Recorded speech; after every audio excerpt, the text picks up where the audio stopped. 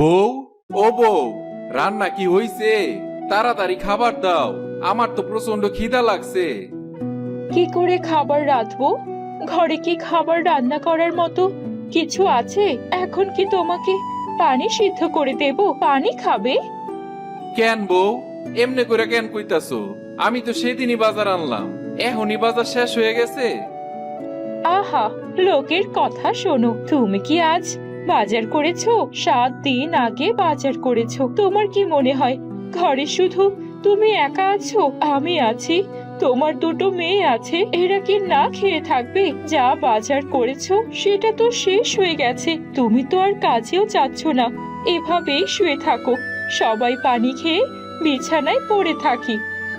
এভাবে বললো না বউ, আমি যাইতেছি, আজ একটা নতুন কাজের ব্যবস্থা করবই। তুমি তো জানোই কোনো কাজই আমি বেশি দিন করতে পারি না, লোকজন আমারে কাস্তে ছাঁটাই করে দেয়। সেসব আমাকে বলতে এসো না। এক্ষুনি কাজের জন্য বের হও, আর বাজার না করে বাড়িতে ফিরবে না। মেয়েগুলো না খেয়ে থাকবে আর সারাদিন। তোমার কি একটুও লজ্জা লাগে না? নিজের কথা না চিন্তা করো, আমার আর মেয়েদের কথা তো চিন্তা করবে নাকি? আমারও কষ্ট হয়। দেখো, এবার আমি এমন এক কাজ করব, তারপর থেকে আমাদের আর কোনো কষ্টই থাকবে না। রনি তার পুরো পরিবারের সাথে রূপনগর গ্রামের ছোট্ট এক কোণে বাস করত। সকাল সকাল না খাই বাইরেই তো হইতাছে, জানি না আজ কাজ খুঁজে পামু কিনা। তবে নতুন একটা কাজ আমার খুঁজতেই হবে। সারাদিন পার হয়ে তো বিকাল হয়ে গেল, কোনো কাজেরই তো ব্যবস্থা করতে পারলাম না। এরপর সে নদীর ধারে বসে চিন্তা করতে থাকে। আজকে সারাটা দিন মাটি হয়ে গেল, না সারাদিনে একদানা খাবার পাইলাম, না কোনো কাজ পাইলাম। এখন খালি হাতে কি করে বাড়িতে যাব? আরে ভাই, কি করতাছো এখানে বইসা? এখন এমন মনমরা হইয়া কেন বইসা আছো? এই অবেলায় নদীর পাশে বইসা থাকতে নাই, যাও বাড়িতে যাও। বাড়িতে গিয়ে আর কি হবে ভাই? বাড়িতে গেলেই তো বউয়ের কথা শুনতে হবে। তার থেকে বরং ইচ্ছা করতাছে এই নদীতে ঝাঁপ দিয়া জীবনটারে শেষ করে দেই। এমন কইরা কেন বলতাছো? কি হইছে তোমার? আমার একটু খুইলা বলো তো। তাহলে শোনো, আমার বাড়িতে এক দানাও খাবার নাই। আমি ঠিক মতো কোনো কাজই বেশি দিন করতে পারি না। কি কাজ করলে যে পরিবারটারে ভালো করে রাখতে পারমু তাই বুঝতে পারতাছি না। রতন মনে মনে চিন্তা করে, আরে, এই লোক তো একবারে আমার অবস্থাতেই আছে। কয়েক মাস আগে আমারও তো ঠিক এমন দশাই ছিল। আমি বরং এই লোকটারে আমার সাথে কাজে নিয়ে নেই। একা একা চুরি করতে আর ভালো লাগে না, সাথে একজন লোক হইলে ভালোই হয়। তাহলে আমি তোমাকে একটা কাজ দিতে পারি, তবে কাজটা একটু সাহসের, আর কাউকে কিছু বলতেও পারবা না। বলো, কি এমন কাজ করতে হবে? আমার পরিবারের খাবার জোগাড়ের জন্য আমি যে কোনো কাজই করতে পারি। আমিও কয়েক মাস আগে কোনো কাজই পাইতাম না, এরপর আমি নিজের কাজ নিজেই করতে শুরু করছি। এখন আমার কোনো কিছুরই অভাব নাই, পরিবার নিয়ে দিব্যি দিন চলতেছে। আমি বড় লোকদের বাড়িতে চুরি করা শুরু করছি। তুমি কি করবা আমার লগে চুরি? না না, এই কেমন কথা বলছো? আমি কারো বাড়িতে চুরি করতে পারবো না। পারবা না কেন? যারা ধনী আছে তাদের তো আর কোনো কিছুর অভাব নাই। তাদের কাছ থেকে অল্প কিছু নিয়ে যদি আমাকে পেট চালাই, তাতে সমস্যার কি? কথা তুমি ঠিকই বলছো, যারা ধনী তাদের তো কোনো কিছুরই অভাব নাই। আর আমাদেরকে দেখো, 3 বেলা ঠিক মতো খাইতেও পাই না। তবে আমার না অনেক ভয় করতাছে। আর চিন্তা কইরো না, আমি অনেক দিন যাবতই এই চুরির কাজ করতাছি, কোনোদিনই তো ধরা পড়ি নাই। তাইলে আজ রাতেই চলো, তা না হলে তোমার পরিবারের কিন্তু আইসকাও রাইতে না খায়া থাকতে হইব। ঠিক আছে, চলো, তুমি যা বলবা তাই হবে। আচ্ছা ঠিক আছে, রাইত হইলে আমরা এক লগেই বাইর হমুনে। রতন আর রনি রাত হওয়ার অপেক্ষা করে। গভীর রাত হলে তারা একটা বিশাল বাড়ির সামনে দাঁড়িয়ে পরিকল্পনা করতে থাকে। শোনো, এই বাড়িতে আমরা যাব, আর গিয়ে সবচেয়ে মূল্যবান যে জিনিসগুলি আছে তাড়াতাড়ি নিয়ে বাইরে বাইরে আমো। কোনো শব্দ করতে পারবা না, এটা তোমার প্রথম চুরি, এজন্য মনে রাখো খুব সাবধানে যাইবা। এই বাড়িতে আমি এর আগেও চুরি করছি, এখানে দুইটা বৃদ্ধ লোক থাকে, আর তারা ঘুমায়া পড়লে আর কোনো সরা শব্দই পায় না। তারপরও সাবধানে থাকবা। রতনের বুদ্ধি মতো রনি সেই বাড়িতে ঢোকে।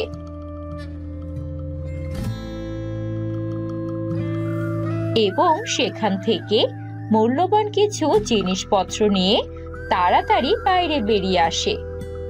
আরে দেখো, আমি সবকিছু নিয়ে আইছি। আরে এটা তুমি কি আনছো? এটা তো একটা চকচকে বাতি। এই বাতির দাম আর কত হইব? তোমাকে আরো মূল্যবান কিছু আনতে হইব, যেমন ধরো সোনা রূপা এইসব। যাই হোক, আজকের জন্য অনেক হইছে। কাইল আবার তোমারে নিয়ে বাইরে মনে দাও। এই বাতিটা আমার কাছে দিয়া দাও। আচ্ছা, আমি এর বদলে কি পাবো? আমার তো কিছু টাকার প্রয়োজন। চিন্তা কইরো না, এই নাও। এই টাকাটা তুমি রাখো।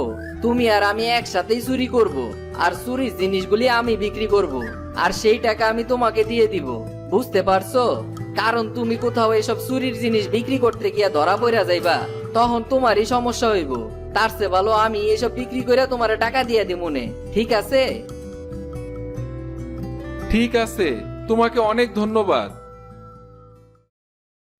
রনি সেই কয়েক টাকা নিয়ে খুশি মনে কিছু বাজার করে রাতে বাড়ি ফেরে।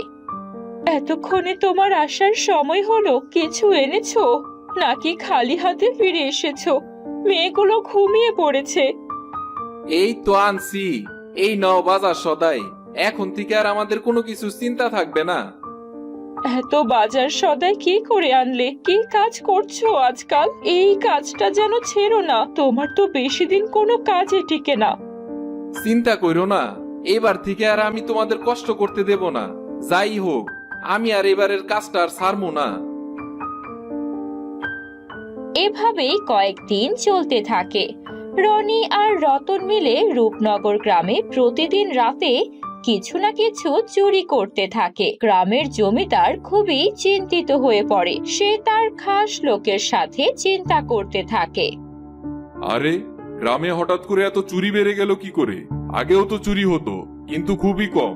আজকাল তো মনে হচ্ছে প্রতিদিনই চুরি হচ্ছে। এসব কি চলছে গ্রামে? আমার মনে হয় চোরের সংখ্যা বাইরে গেছে। আগে হয়তো একটা চোরই চুরি করত, কিন্তু এখন মনে হয় অধিক চোর চুরি করতেছে। এই জন্যই 2-3 বাড়িতে চুরি হইতাছে আজকাল। আমারও তাই মনে হচ্ছে, কিন্তু আমার গ্রামে এত চুরি তো কোনোদিনই হয়নি। হঠাৎ এত চুরি বেড়ে গেল কেন? এসব কিছু আমাকেই দেখতে হবে। আপনি যদি কোন তাহলে আজকে আমি রাইতে গ্রামে পাহারা দেই। না না, আমি তোমার সাথেই থাকবো। আমি দেখতে চাই কে চুরি করছে আর কেনই বা চুরি করছে। জমিদার তার খাস লোকের সাথে মিলে সারা রাত গ্রামে ঘোরাফেরা করতে থাকে। হঠাৎ জমিদার দেখতে পায় রতন আর রনি কারো বাড়িতে মুখে মুখোশ লাগিয়ে চুরি করার জন্য ঢুকছে। আরে জমিদার সাহেব, ওই দেখেন, ওইখানে 2জন লোক দেখা যাইতাছে। এদের কি এক্ষুনি ধইরা গ্রামের সবার সামনে নালিশ বহাইতে হইব সকালে। না না, থামো। আমি দেখতে চাই এরা কেন চুরি করছে আর কি বা চুরি করে আসছে। জমিদার চুপচাপ সেখানে দাঁড়িয়ে থাকে। কিছু সময় পর রনি আর রতন তাদের সাথে করে কিছু মূল্যবান জিনিসপত্র নিয়ে বাইরে বেরিয়ে আসে। আজকের মতো চুরি হয়ে গেছে। আজ আর বেশি বাড়িতে চুরি করবো না। আমার মাইয়াটা খুব অসুস্থ, তাড়াতাড়ি বাড়ি ফিরা যাইতে হইব। ঠিক আছে, চিন্তা কইরো না। আর শোনো, তুমি চাইলে আজকে আর আমারে কোনো টাকাই দেওয়া দরকার নাই। এইসব টাকা তুমি তোমার কাছেই রাখো, আর তোমার মাইয়ারে ভালো মতো চিকিৎসা করায়ও। তোমারে অনেক ধন্যবাদ বন্ধু। তুমি সত্যি আমারে অনেক সাহায্য করলা। আর এমন কাজ আমারও করতে মন চায় না, কিন্তু কি করবো কও? আমগো তো কোনো কিছু করে পরিবার চালাইতে হইব, তাই না? তুমি ঠিকই কইছো। প্রতিদিন রাতে আমার ঠিক মতো ঘুম হয় না এই লোকেদের কথা চিন্তা কইরা। তাদের কত গুরুত্বপূর্ণ জিনিস আমরা চুরি করতাছি, কিন্তু চুরি না কইরাই বা উপায় কি? এই বড় লোকদের কাছে তো অনেক কিছুই আছে, আর আমগরে দেখো, খাওয়ার মতো পয়সাটাও নাই। এখন তো একটাই উপায়, চুরি করে নিজেদের পেট চালাইতে হইব। এরপর তারা যার যার বাড়িতে চলে যায়। জমিদার আর তার সাথের লোক দাঁড়িয়ে সবকিছু শুনতে পায়। শুনলে, আমার তো এই চোরেদের জন্য খুবই মায়া হচ্ছে। তারা কে? খোঁজ লাগাও। আমি কাল সকালেই তাদের সাথে কথা বলতে চাই। কথা কওয়ার কি আছে জমিদার সাহেব? আমি জানি ওরা কারা। ওরা হলো রনি আর রতন। আপনি যদি কন তাহলে কালকে সকালে আমি লোক দিয়া ধইরা বাইন্দা আপনার কাছে নিয়ে আসমু। না না, এদেরকে বেঁধে আনতে হবে না, তুমি এমনি আমার কাছে নিয়ে এসো, আমি এদের সাথে কথা বলে দেখব।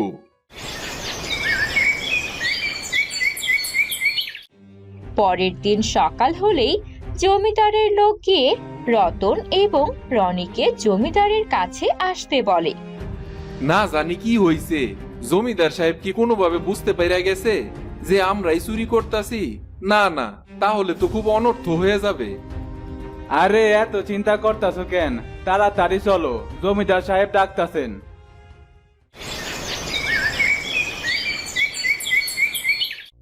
রতন আর রনি জমিদার সাহেবের কাছে উপস্থিত হয়। শোনো, আমাদের গ্রামে চুরি বেড়ে গেছে, আর এজন্যই আমি তোমাদেরকে একটা কাজ দিতে চাই। আমি জানি তোমরা গ্রামের কাজ ঠিকমতো করতে পারো না বেশি দিন। তোমাদের কাজ হবে সারা রাত এই গ্রামটা পাহারা দেওয়া, যেন কোনো চোর কোনো কিছু চুরি করতে না পারে। এজন্য অবশ্য তোমাদের প্রতি মাসে মাইনেও দেওয়া হবে। কি কইতাছেন জমিদার সাহেব? আপনি সত্যি কথা কইতাছেন? আমগরে আপনি এত বড় একটা কাজের দায়িত্ব দিবেন? হ্যাঁ, তোমাদেরকে দেখে আমার ভালো মানুষই মনে হয়েছে। আমি তোমাদের সম্পর্কে খোঁজ খবর নিয়েছি। এখন আমার গ্রামে যে কোনো উপায়ই হোক চুরি বন্ধ করতে হবে, আর সকলকে সৎপথে উপার্জন করার ব্যবস্থা করা জমিদার হিসেবে আমারই তো কাজ। আপনাকে অনেক ধন্যবাদ জমিদার সাহেব, তবে আমি আপনারে কিছু কইতে চাই। কি করতাছো কি তুমি? জমিদার রে কি সত্যি কথা কইয়া দিবা? কিছু বইলো না। তোমাকে কিছুই বলতে হবে না, আমি সব সত্যি জানি। রতন, আমি এটাও জানি তুমি খুব ভালো মানুষ, আর এরপর থেকে আমার গ্রামে কোনো চুরি হবে না, আমি সেটা আশা করছি। বুঝতেই পারছো, মনোযোগ দিয়ে তোমরা তোমাদের কাজ করবে, এটাই আমি আশা করি। রনি আর রতন বুঝতে পারে জমিদার সাহেব তাদের সম্পর্কে জেনে গেছেন। এরপর তারা সেখান থেকে বেরিয়ে বলে, আমার মনে হয় জমিদার সাহেব আমগরে ইচ্ছা করে এই কাজটা দিছে, যেন আমরা চুরি করা বন্ধ করি। ভালোই হয়েছে, নিজের একটা ভালো চাকরি পাইলাম, এখন আর আমগরে চুরি করতে হইব না। তুমি ঠিকই কইছো, এখন আমি আমার গিন্নিরে আর আমার মাইয়া করে কইতে পারমু আমি আসলে কি কাজ করি। এভাবে জমিদার বুদ্ধির সাথে তার রূপনগর গ্রামের চুরি বন্ধ করে, আর রনি রতনও নিজেদের চুরির মতো অসৎ কাজ করা বন্ধ করে দেয়।